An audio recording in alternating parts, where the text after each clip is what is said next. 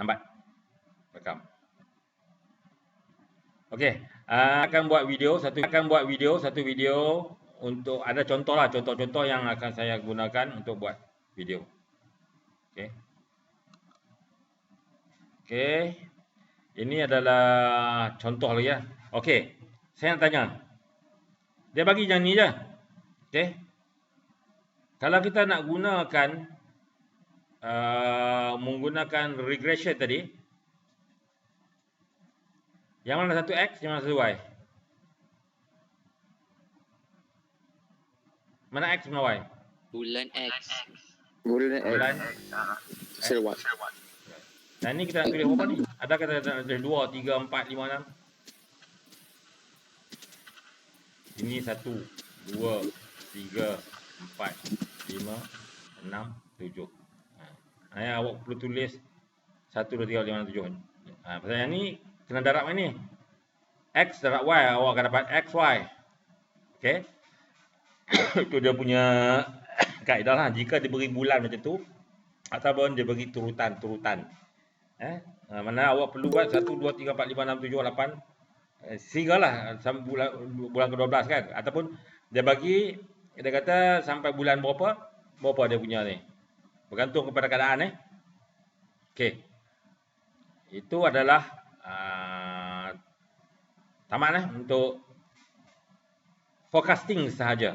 Selesai kita punya kuliah forecasting. Okey. Kemudian kita akan masuk kepada topik seterusnya ataupun bab yang seterusnya, iaitu kita akan pergi kepada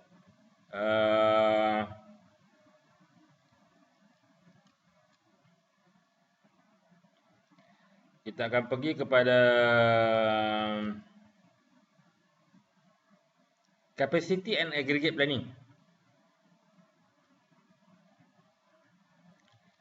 Masih di dalam bab 4 bab 4. Tapi topik lain production planning and control. Dia okey. Tengok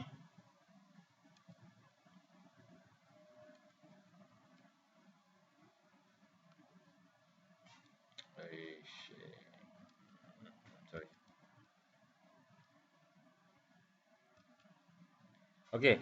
Production planning and control, capacity planning and aggregate planning.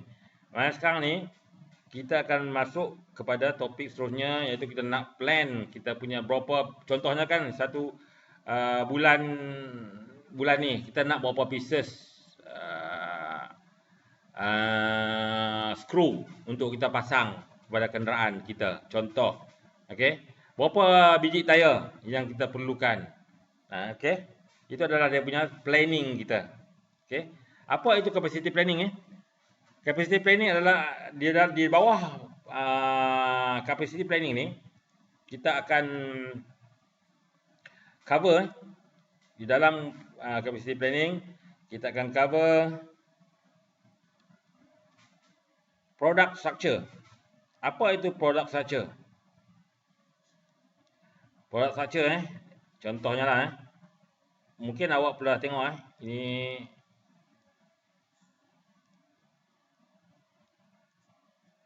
organisation chart kan. Contoh dia product structure dia macam organisation chart lah, lebih kurang. Okey.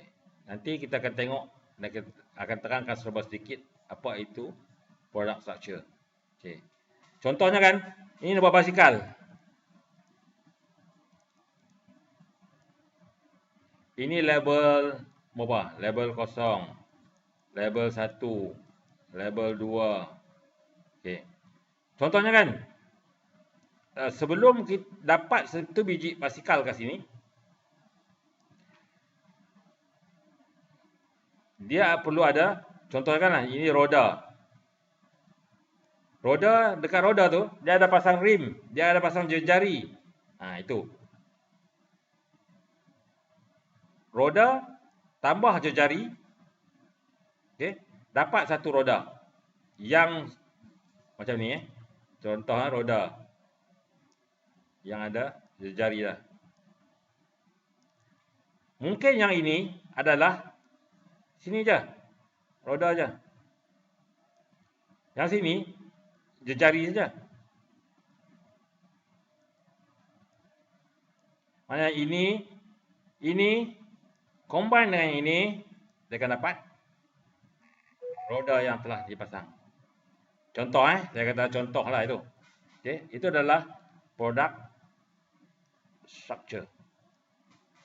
Output versus input, demand versus capacity. Mana demand adalah permintaan, capacity adalah keupayaan kita untuk mengeluarkan barang. Okey, itu adalah di mana. Aggregate planning adalah sebelum kita buat production planning, kita perlu ada aggregate planning. Mana kita kena plan. Contohnya bulan ini. Basikal ni dia mungkin ada basikal yang model dia handle dia macam ni. Contoh saya kata contoh. Macam tu. Basikal. Mungkin mountain bike. Contoh Okey. Macam ni. Satu lagi bentuk macam ni. Dia tak ada. Okey, contoh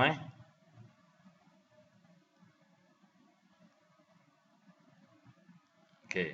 Satu bentuk macam ni, satu lagi bentuk ni, model macam ni. Maknanya satu bulan dia kata dia nak keluarkan ini 500. Ini 200. Okey, dia kena plan lah. Okey, minggu pertama, minggu kedua, minggu ketiga, mungkin perlukan keluarkan ini dulu. Minggu keempat, mungkin keluarkan ini. Contoh itu adalah di bawah aggregate planning. Kita kena plan untuk memenuhi demand. Untuk memenuhi demand yang customer nak. Itu dia panggil aggregate planning. Capacity. Apa itu capacity? Capacity adalah throughput or the number of unit a facilities can hold. Maknanya capacity can hold, receive, store or produce in period of time.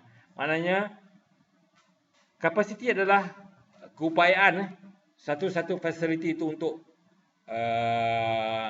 terima ataupun menyimpan ataupun mengeluarkan. Itu adalah dinamakan sebagai capacity. Keupayaannya untuk mengeluarkan, keupayaannya untuk menyimpan, keupayaannya untuk servis. Contoh keupayaannya untuk produce. Itu adalah dipanggil capacity. Dengan tahunya capacity ini, kita boleh menganggarkan fixed cost kita. Contohnya kan, fixed cost kita mesin. Berapa biji mesin yang kita perlukan untuk satu bulan untuk mengeluarkan ataupun untuk menerima 10,000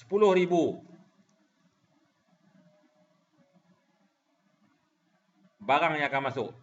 Okey. Kita kena ada store. Store kita luas mana? Contoh itu. Determine if demand will be satisfied. Maksudnya kita boleh juga dengan capacity ini kita boleh determine. Kita boleh menganggarkan atau boleh mengagak demand, permintaan. Kita boleh memenuhi permintaan ataupun tak. Okey, itu time horizon, tempoh masanya.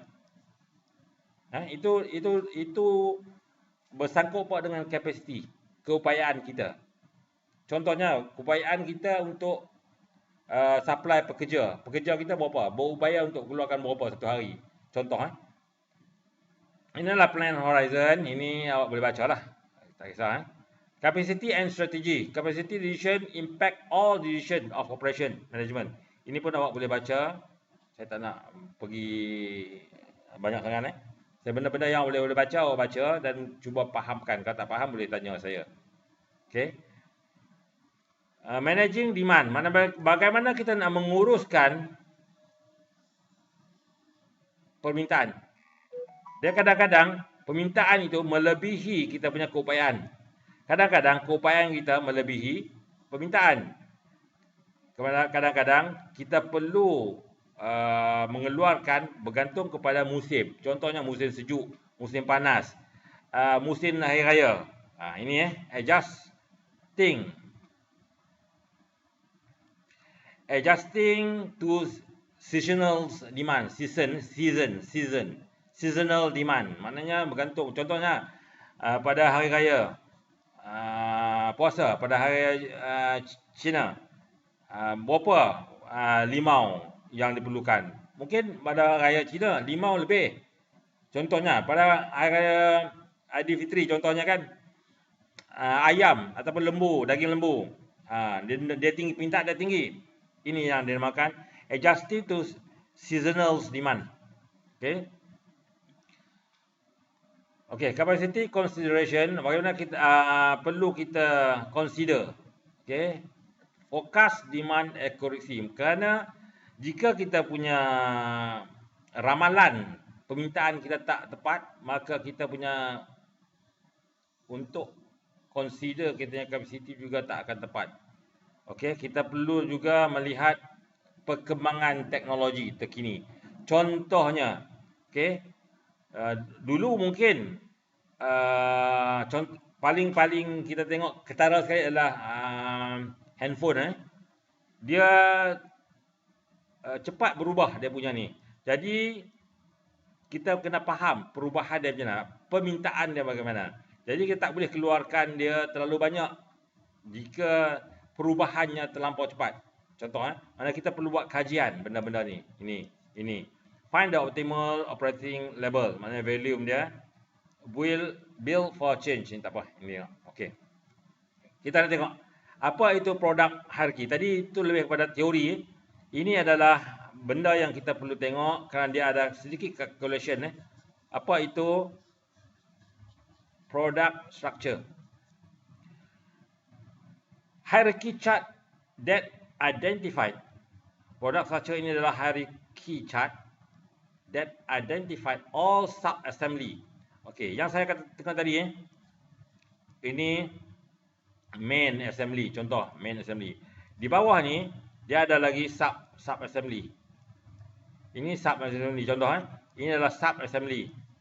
Di bawah ni adalah sub-assembly. Di bawah ini adalah part.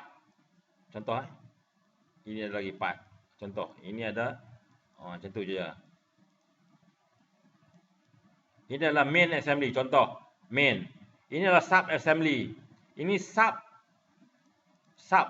assembly. Ini adalah part ataupun komponen. Contoh, itu adalah component that made, apa itu product structure? Component that made up sub assembly differentiates in the various level. Okey, ini contoh Ini level 1, level 0, level 1, level 2, level 3. Dia bergantung kepada berapa besar produk yang kita nak keluarkan dan berapa kuantiti part yang kita perlukan. Dan berapa sub assembly untuk kita menentukan level-level ni. Okay. Detailed information on each component are shown in the bill of material. Bill of material ini contoh dia adalah satu data sheet contohnya kan. Dia buat ni, okey. Item satu ni. Sini adalah part name. Ini part number. Sini quantity. Hujung ni label. Maknanya contoh satu roda. Contoh nama part name dia MKX1130. Contoh. Kuantitinya adalah 2. Label dia label 1, label 2. Maknanya satu pieces dekat level 1, satu pieces adalah dekat level 2. Contoh kita bagi contoh. Dia bergantung untuk bill of material ni bergantung kepada syarikat yang generate ataupun buat bill of material ni. Sekarang ni bill of material dia lebih kebanyakan semua dia computerized. Okey, dia masukkan dalam komputer dan generate. Banyaklah benda-benda syarikat-syarikat yang buat benda ni. Dan bill of material ini dia nanti akan dia ada hubung kait dengan MRP. Apa nanti hadapi ujung nanti akan ada. Okey, ini adalah product structure. Label kosong, label 1, label 2. Okey, ini label 3, ini label 4. Contoh produk yang akan kita keluarkan. Maksudnya di sini, ini 3. Sini 1. Saya tunjuk lagi atas dulu Tak apa, tunjuk atas dulu. Maknanya sekarang ni S1 ni dia memerlukan 3 S1. Dia akan combine dengan 1 S2, dia akan jadi produk ni. Faham Okey, saya ambil daripada bawah, daripada level 4. Ini adalah komponen selalunya ini adalah komponen.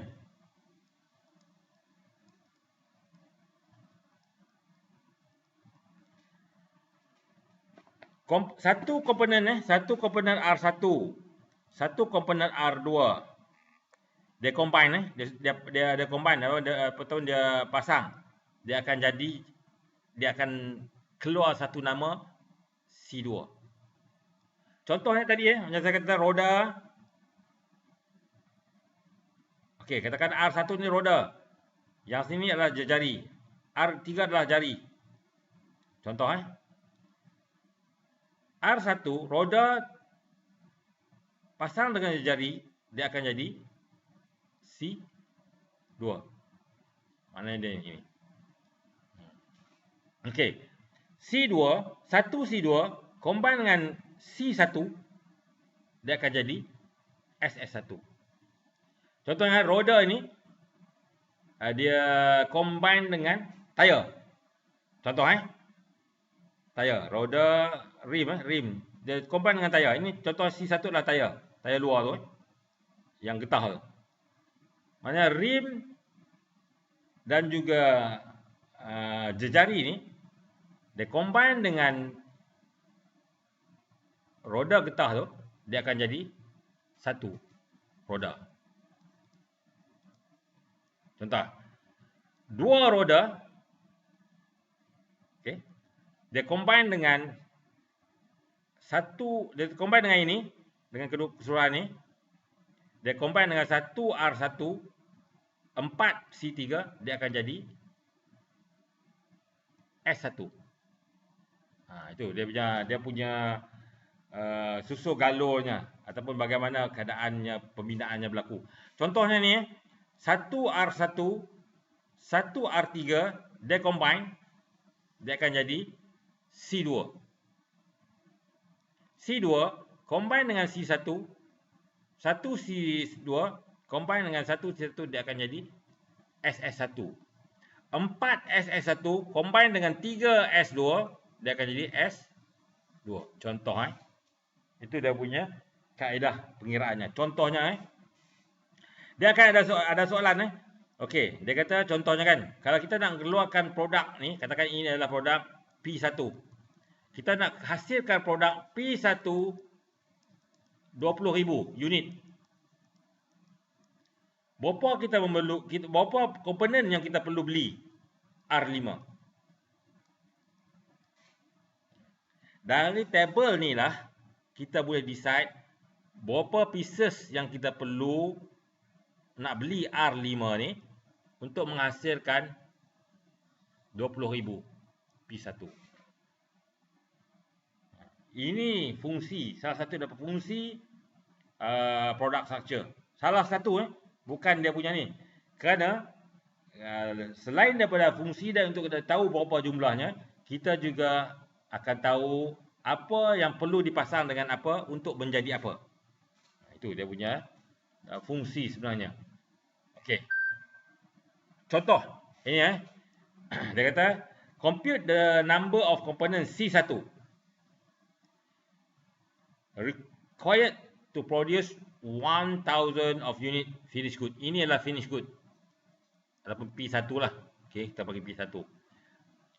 Kita tengok dekat structure ni di mana ada C1. Ini C1. Sini pun ada C1. Mana lagi C1? Tak ada kan?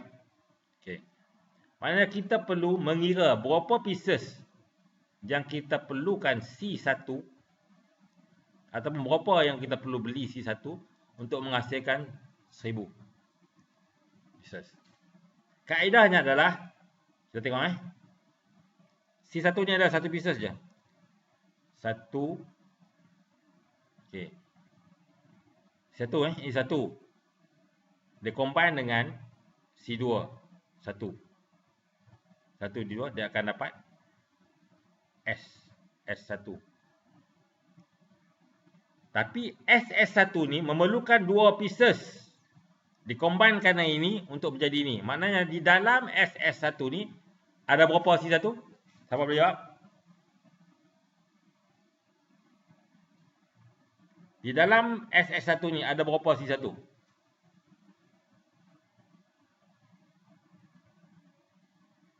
Okay, sorry.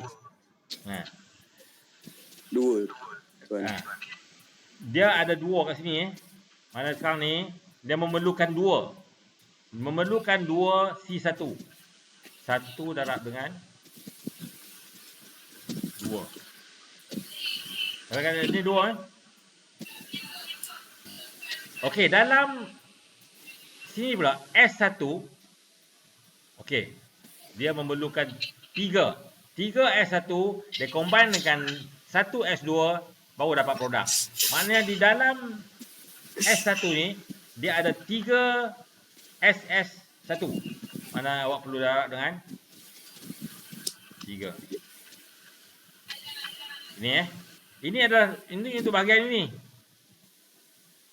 Bahagian ini sahaja. Kemudian awak tengok di mana lagi ada C1. Sini C1 Mana sini perlu tambah 1 C1 1.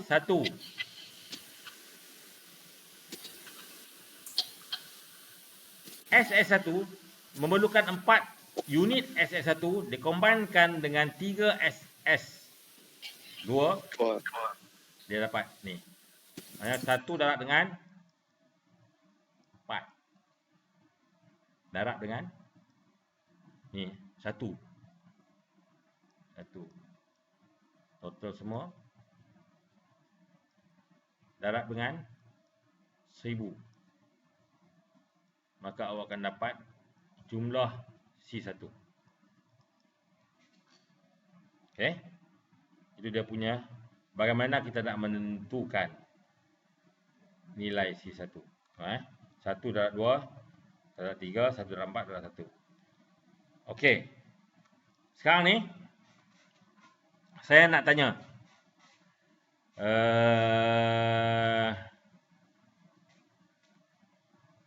Untuk keluarkan 1000 juga.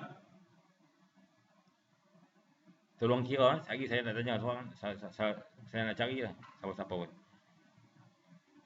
Berapa unit R3 diperlukan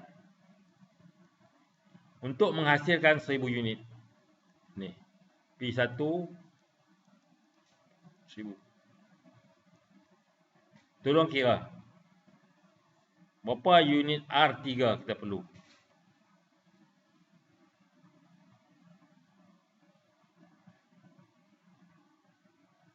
Boleh? Okey, mula kira.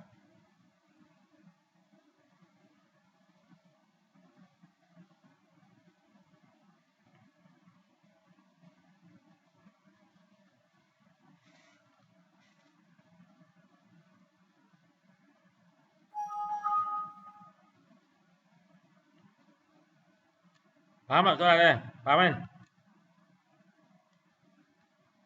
Faham. Okey, kira. Saya nak tanya ni.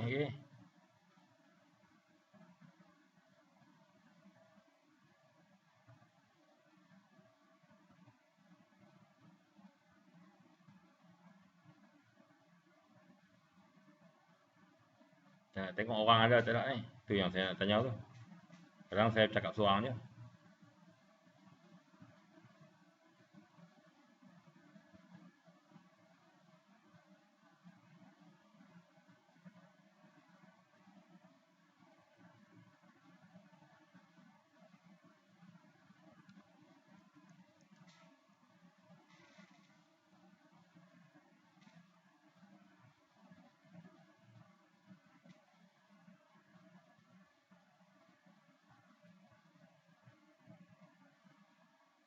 10,000 tuan. 10,000. Betul. Ada lain dapat selain daripada 10,000? Dapat 10,000 tuan. Sama Sama je.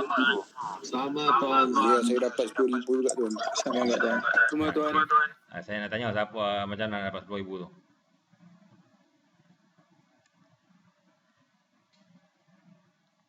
Okey, macam mana dapat 10,000? Tambah Satu. Darab 2, darab 3. Okey. Ini adalah R3. Ini adalah R3. Mana kita tengok sebelah dulu. Sekarang 1 darab dengan 1. 1, 1 darab dengan 2, 3, 2 darab dengan 3, 3. Tambah 1 1, 1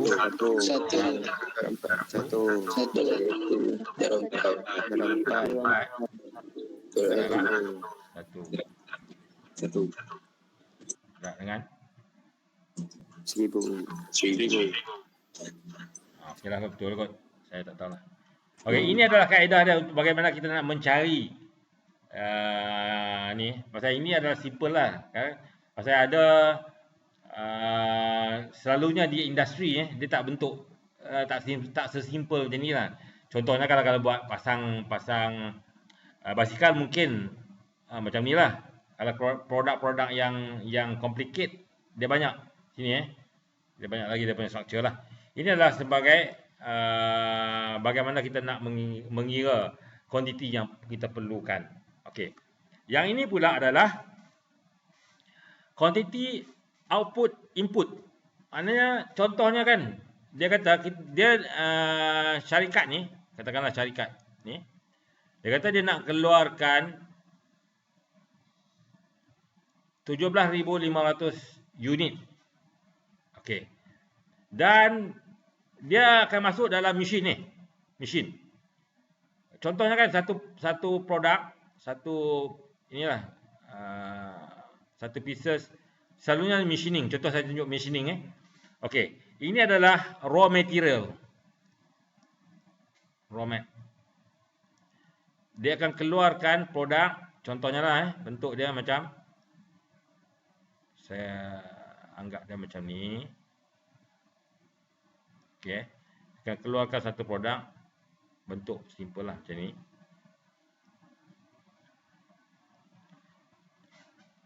Maknanya kan dia kata mesin ini mempunyai 3% scrap rate. Maknanya 3% part ni akan rosak. Contohnya bulat. Okey. Ini panjang sikit lah. Okay, contoh dia kata 3% daripada yang masuk ni dia akan rosak. Jadi untuk menghasilkan 17,500 unit yang baik, berapa material ataupun berapa input yang perlu masuk supaya keluarannya adalah 17,500 berdasarkan rosaknya 3%. Itu yang kita perlu. Maknanya sekarang ni ini adalah raw material lah. Ini katakan ini IA raw material. Ini adalah OA.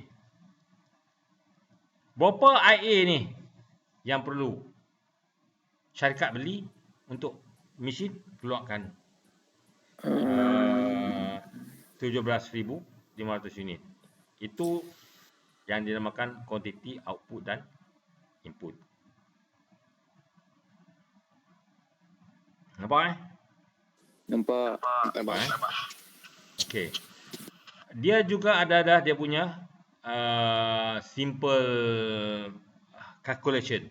Ini adalah dia punya simple calculation dia lah. Okey.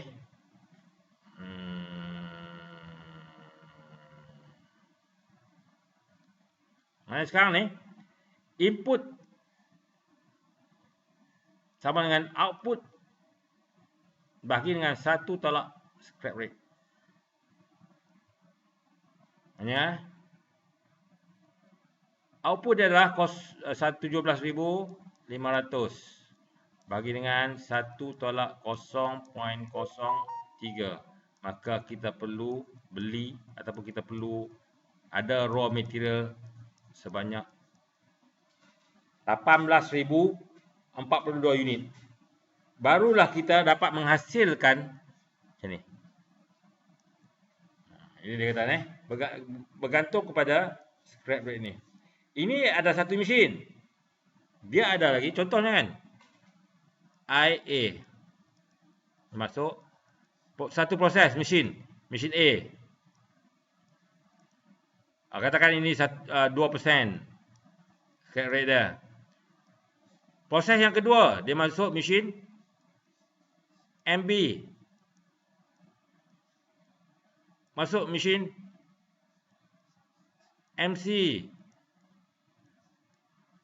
Last kali, okey, katakan dia nak 20,000 unit. Berapa raw material ni kita nak beli? Berapa IB? Berapa IC? Sepatutnya kita just tengok ini je. Ni, dia ada dia punya, sebenarnya dia combine formula ni je. Maknanya dia sini dia akan keluar, dia akan sini masuk, dia akan keluar sini. Sini dia akan jadi IA. Dia akan masuk sini, masalah ini dia akan jadi inilah unit ni.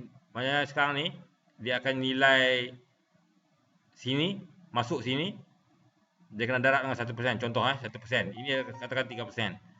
Dia akan masuk macam tu, masuk macam tu. Last kali dia punya macam tu. Okay, kita tengok dia punya contoh dia. Ini compute the quantity IA required to fulfill the demand. Demandnya adalah 10,000. Dia nak kita cari berapa input ni.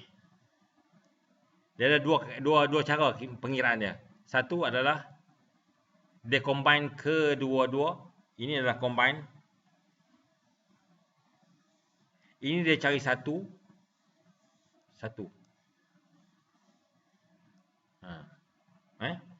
Mana sekarang ni kita ambil dari sini, dari belakang.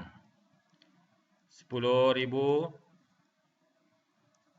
bagi dengan 1/0.025, kita akan dapat IB. Kita akan dapat ni IA. Kita akan dapat IA.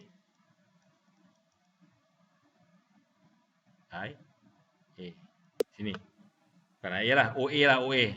Sorry, ni OA lah. Pasal dia ini adalah OA ni dah output daripada mesin A.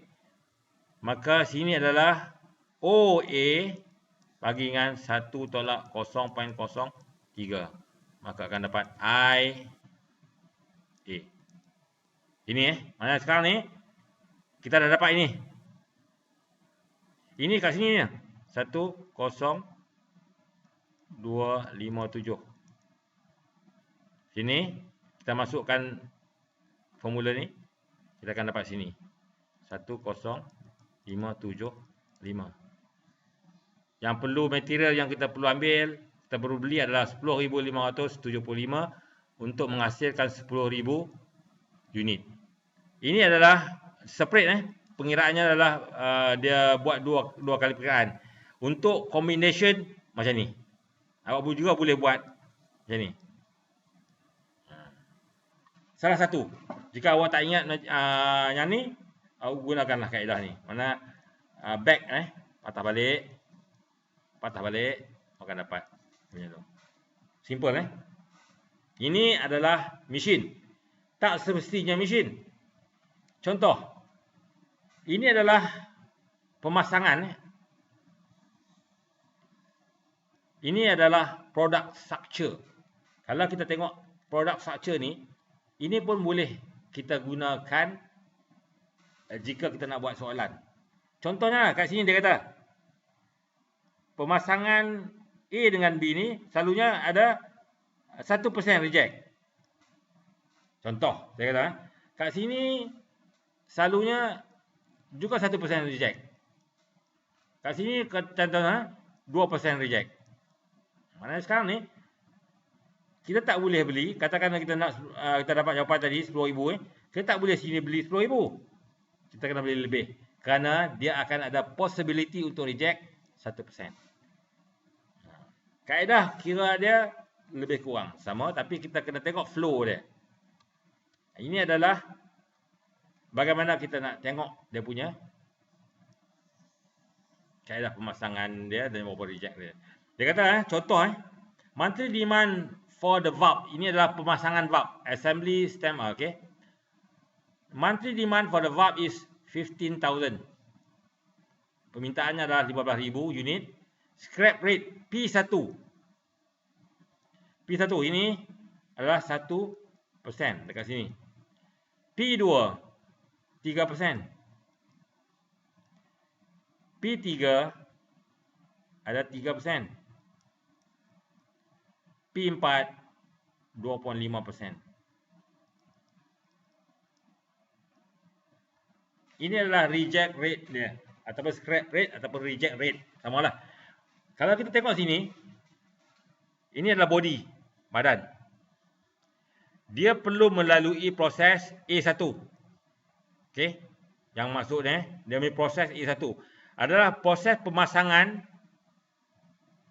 stem and bushings for body. Maknanya sekarang ni bush dia akan pasang dengan stem. Dia akan dapat nama dia adalah SA1. SA1 dia akan pasang dengan A1. Mana dia flow flow. Dia bergerak ke sini. Bawah. Bergerak lagi ke bawah. Untuk dapat final punya produk. Selalunya untuk pemasangan SA1 dengan A1 sebelum dipasang dengan cap, dia akan ada reject 1%. Itu makna dia. Okey, sekarang ni yang ni pula packing cap. Packing dia combine dengan cap, dia akan jadi S2. Untuk pergerakan dia untuk pasang ke A2, proses kat sini selalunya dia akan ada 3% reject. Itu maksud dia. Kat sini adalah sekarang ni A1 dia combine dengan SA2, dia akan jadi A2. Selepas tu dia akan ada reject 3%. Dia flow di mana dia jalan ni, dia jalan macam ni. Kat sini juga adalah handle dengan nut. Handle dengan nut dia akan pasang kat sini. Dia akan dapat A3. Selalunya sebelum dia hantar keluar, dia akan buat inspection. Inspection selalunya akan dapat 2.5% reject. Jadi, dia kata soalannya adalah calculate quantity for 1 and 5. Mana dia nak kita calculate berapa pieces yang perlu kita kat sini dan berapa pieces perlu kat sini. Quantity for parts 1 and part 2. Kemudian soalan yang kedua dia kata if the processing time of A1 ni masa untuk pasang A1 ni dan SA2 pemasangan kat sini ini adalah 2 minit. Proses pasang dan sini proses pasang ni adalah 3 minit. Per product, determine the number of A1 dan juga SA2 required to fulfill the demand. Mana dia kata kalau ini 1 minit, dia kata ni ada soalan dia yang belakang dia lagi. Pemasangan ini dia beroperasi selama 20 hari 1 bulan. 20 hari 1 bulan dan 8 jam untuk 1 hari. Okey. Maknanya sekarang ni, untuk dapat demand 15,000 unit, berapa yang dia perlukan ini? Jika pemasangan ni 3 minit, dan sini adalah 2 minit, determine the number of A1 dan SA2 required to fulfill the demand. Berapa yang kita perlukan ini? Berapa yang kita perlukan ini untuk memenuhi permintaan? Itu soalan dia. Soalan pertama, berapa pieces A5 dan berapa pieces A1 yang perlu kita sediakan untuk menghasilkan 15,000. Dia sama dengan ni, tapi kita tengok untuk satu ni, sebelum dia sampai ke sini, dia bergerak sini bergerak sini, dia akan melibatkan P1,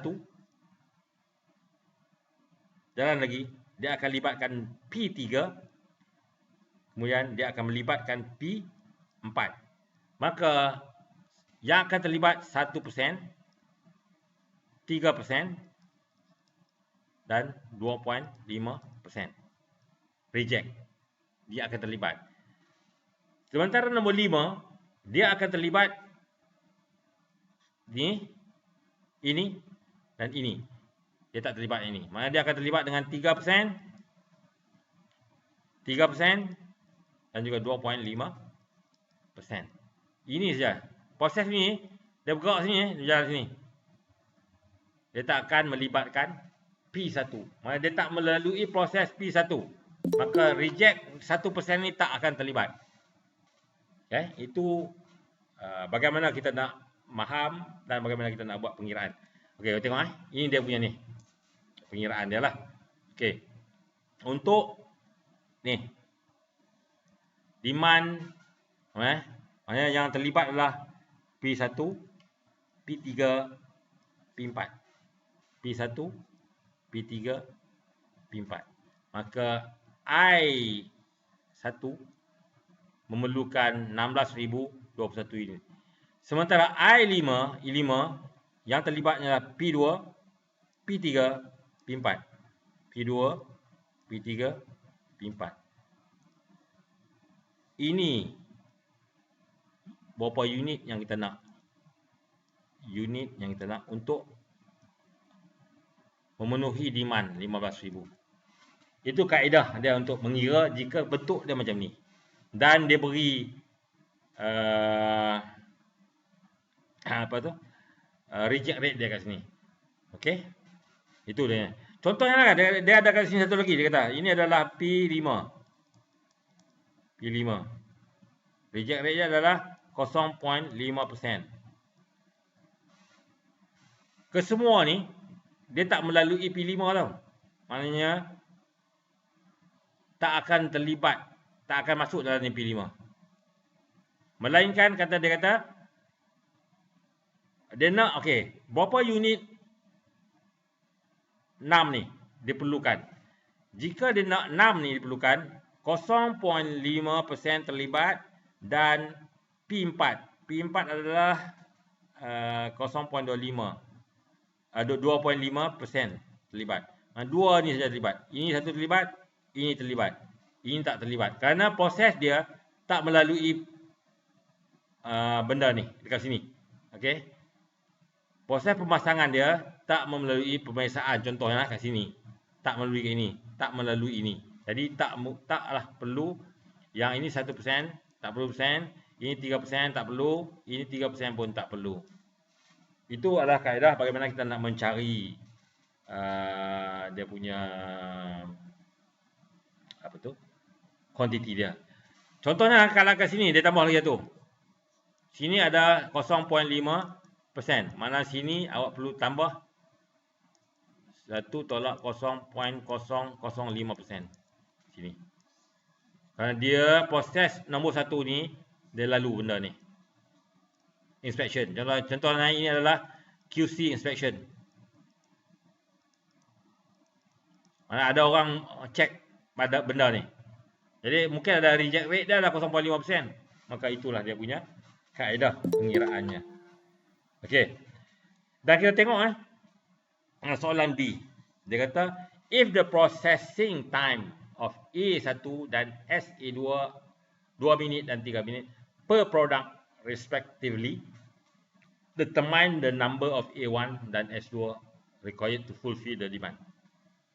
Okey, berapa yang kita perlukan sebenarnya untuk memenuhi 15,000 ni, berapa unit kita perlukan A1 mana A1 A1 ni. Berapa kita perlukan SA2 ni? Jika masa-masanya adalah 3 minit dan juga 2 minit. Kita tengok dia punya kaedah pengiraan dia. Dia kata, if the processing time of A1 and SA2 are 2 minute and 3 minute products respectively, determine the number of, ini adalah soalan dia. Okey. Kalau kita tengok pengiraan kita tadi, I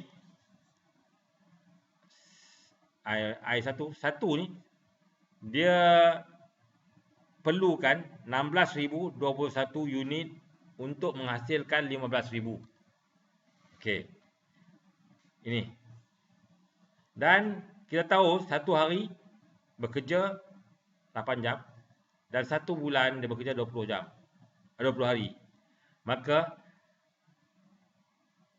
dia akan menghasilkan satu hari dalam 1 jam dapat hasilkan 100.13 unit per hour. Maka 1 jam dia dapat menghasilkan ini A1 ni dia dapat menghasilkan 100.13 unit 1 jam. Okey. Dan dia kata jika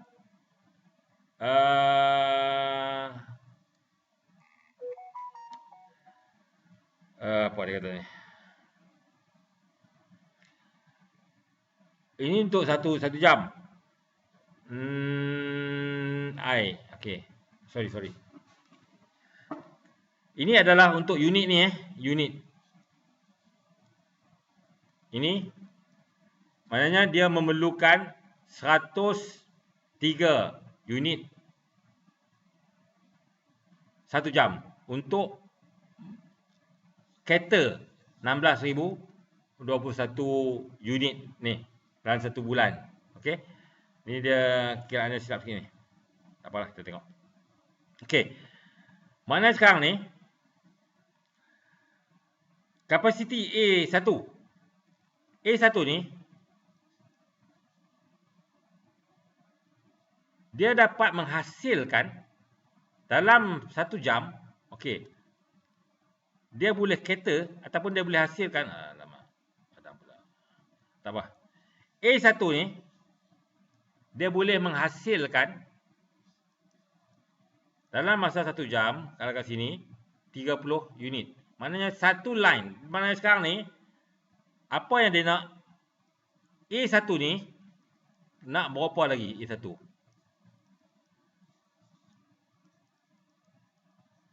Contohnya keempat.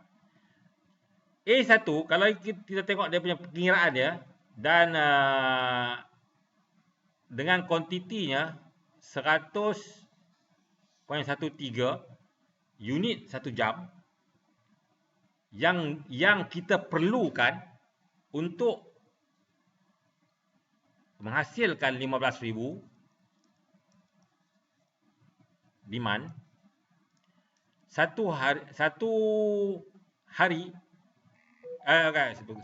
pula. Ayalah. 1 jam kita perlu menghasilkan 100.13 unit. Faham tak ni?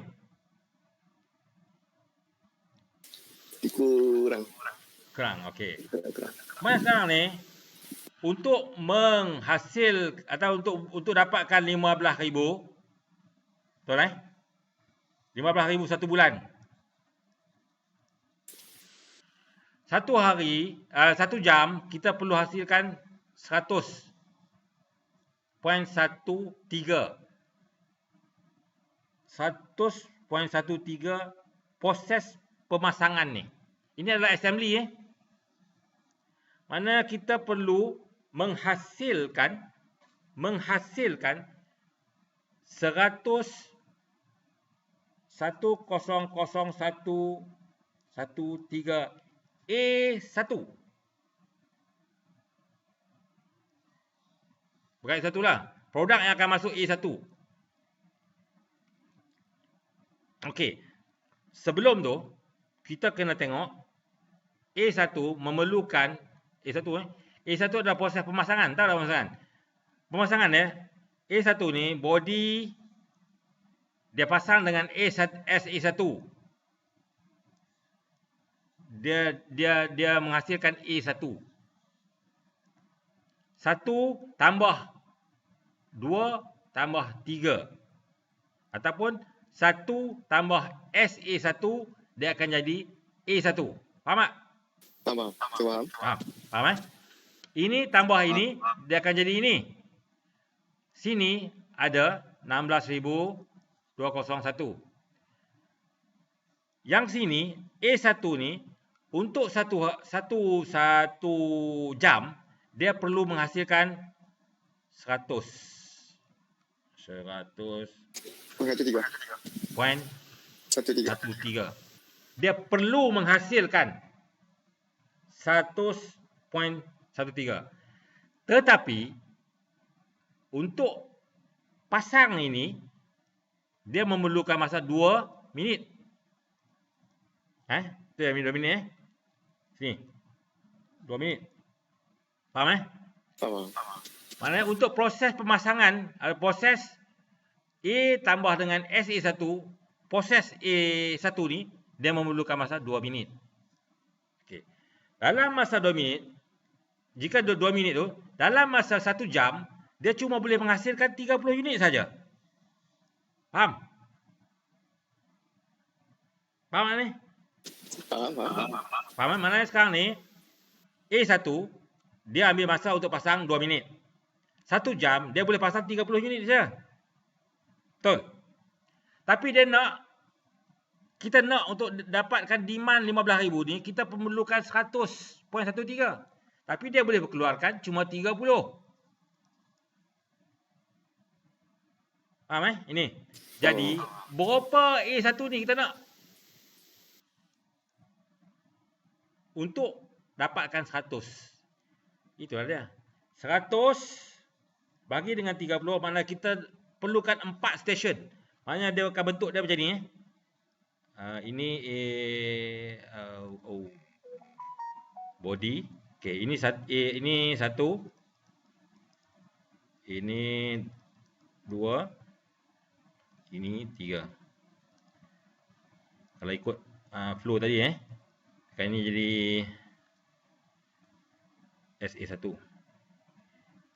SA1. Sini A1. Ini masuk sini. Mana kita benda macam ni, yang ni kita memerlukan 4. Ini satu section. Ada lagi 1, 2, 3.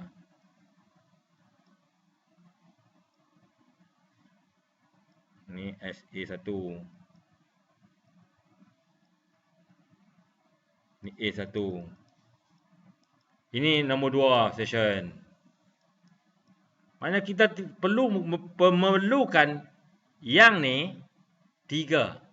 Bukan 4 Ini A1, A1 1, A1 2, A1 3, A1 4 untuk kita memenuhi permintaan 15,000. Faham setakat tu? Faham. Faham Faham. Kenapa? Itulah sebabnya kita cari ini. Okey. Kemudian yang nombor 2 dia kata SA2 ni dia memerlukan dia 3 minit SA2, mana SA2? Sini.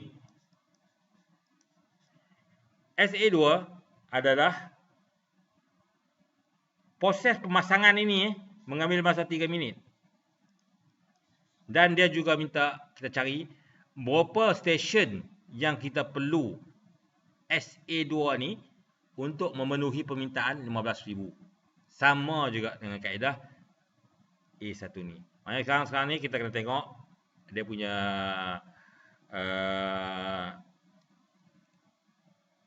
I5. Kenapa kita ambil I5? Kerana dia SA2 dah dekat sini. Masa sini kita dah cari tadi Masa ini dia akan masuk proses reject ni. Okey. 16,351 ini.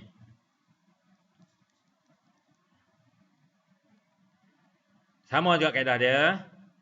16,351 bagi dengan ni maknanya 1 jam. 1 jam. Stesen SA2 ni cuma dapat mengeluarkan memerlukan 1 jam. Stesen SA2 memerlukan 102.19 unit untuk memenuhi permintaan 15,000 unit. Dia perlu menghasilkan. Tapi dia punya proses satu proses 3 minit. Jadi SA ni boleh menghasilkan cuma 20 unit sahaja 1 jam. Boleh hasilkan. Hasilkan. Ini memerlukan. Dia memerlukan 102 unit. Tapi dia dapat hasilkan cuma 20 unit 1 jam. Jadi, berapa stesen yang kita nak? 102 bagi dengan 20. Kita perlukan 6 stesen. Maknanya sekarang, ini kita kena ada lagi. Okey, ini 4, 5, SA2, 1 stesen. Ada lagi, 1 stesen lagi. Kena ada 6 stesen untuk memenuhi demand 15,000. Itu bagaimana kita nak mengira dia punya tu. Berapa stesen kita nak ataupun berapa, selalunya dia bagi berapa sub assembly dia nak. Berapa grup pemasangan dia nak. Atau macam itulah. Contohnya kan dekat sini satu grup. Katakan Ali dengan Abu pasang ni. Satu grup. Mana dia kena ada lagi grup Minah dengan Sami, satu grup. Itu mana dia kena ada 6 grup untuk pasang untuk dapatkan 15,000. Faham Faham. Yang aggregate planning ni lebih kepada ni awak bacalah. Dia teorinya. Okey. Okey, pasal sekarang ni dah pukul 9.10 dah. Sudah lewat. Tapi awak tak tidur awal pun kan? Lepas semua baru tidur katanya. Lepas semua biasa baru tidur. Betul lah. Okey lah. Kita boleh sambung lagi lah. Kita boleh buat kelas sampai pukul. Alhamdulillah. Nanti kita akan mulai sekali. Kalau saya tertidur, minta maaf bang. Awak tertidur ke awak tidur? Ada dua tau. Ayat Belum lagi. satu tertidur dengan satu tidur. Ter. Saya terkan tidur tu. Tak apalah, saya take positif lah. Okey lah. Sampai sini dulu lah kita punya kuliah untuk minggu ni. Minggu depan kita akan sambung lagi dengan tajuk seterusnya. Masih bab yang sama. Scheduling. Scheduling pun dia akan ada calculation sedikit lah. Semua simple calculation. Kalau awak tak boleh buat lagi, saya tak tahu lah. Ini semua simple calculation. Lepas tu kita ada inventory. Kemudian bab 5 kita ada MRP. Okey, itu saja untuk kali ini. Sampai kita bertemu lagi di lain hari minggu depan. Okey. Assalamualaikum warahmatullahi wabarakatuh.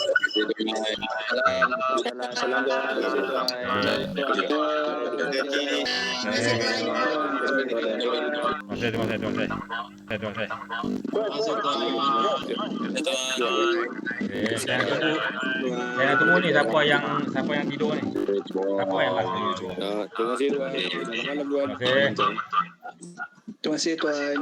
Terima kasih. Terima kasih tuan. Tuan. Terima kasih. Tuan. Ya.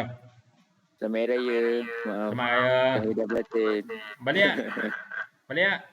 Balik. Kat rumah Kampung. dah lama sampai. Kampung tak balik. Oh, tak balik ni? Tak balik kampung? Balik rumah je lah. Jadi Rumah tak mana? diri. Ha? Saya kat Selangor. Oh, Selangor. Hari ni saja 2,000. Tu saya Hari ni rumah. saja 2,000. Berhati-hati Sure, baik. Jaga Satu penjaga kopi. sosial apa semua tu. Baik tuan. Tuan bersama. Okey. Berjaga-jaga. InsyaAllah. Okey. Terima kasih tuan. Assalamualaikum. Assalamualaikum. Terima kasih tuan. Okey, terima kasih.